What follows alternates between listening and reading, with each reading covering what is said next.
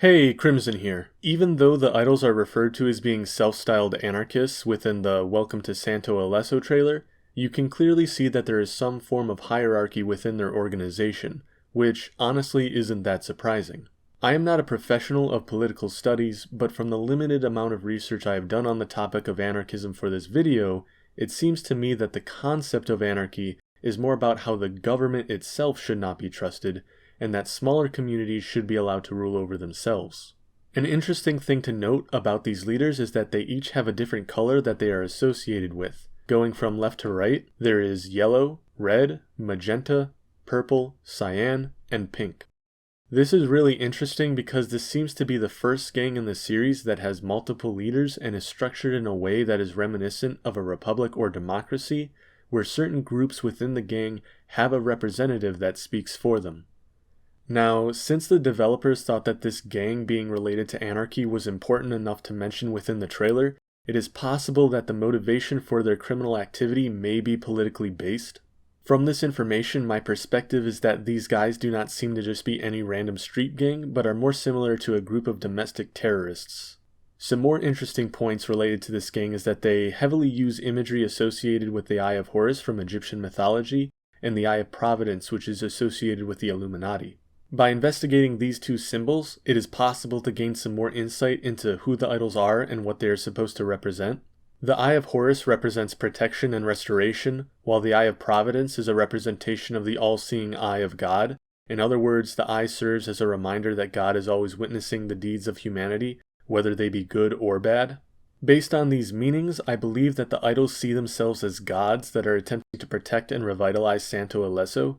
If you look at the territory the idols inhabit, you notice that they seem to be in rundown neighborhoods that have long been abandoned. Perhaps at one point these areas may have prospered, but after the passage of time, most of the more influential citizens seem to have moved away from the eastern part of the city towards the western area that has been dominated by the marshals and big business.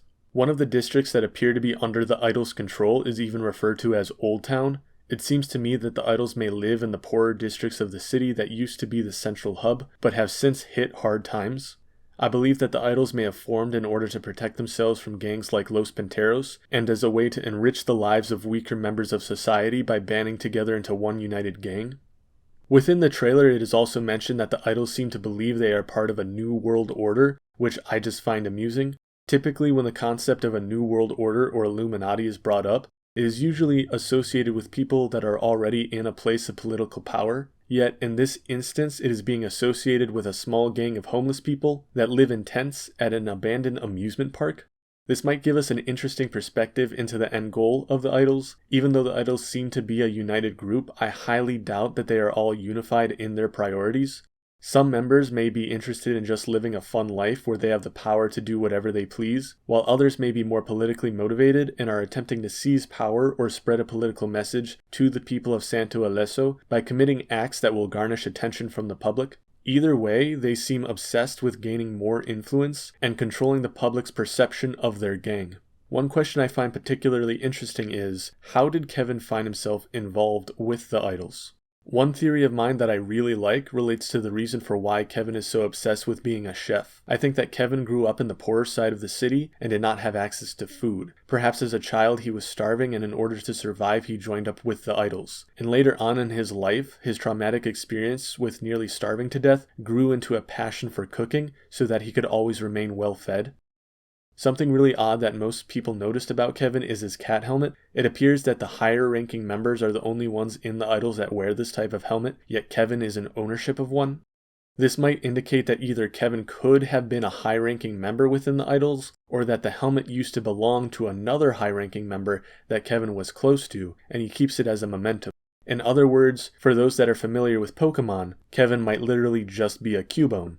While I am on the topic of Kevin, I would also like to just point out that I love this small clip that they added into the trailer that shows Kevin being angry. It lets us know that under the correct set of circumstances, he will take things seriously and won't be as carefree as he was being shown in the trailer. There is nothing wrong with having a character that enjoys dangerous situations, but it is important that the audience is aware that the character has the mental maturity to know that they are actually in a dangerous situation. Anyways, that's all for the video. I hope you enjoyed, and I hope to see you all in the next one.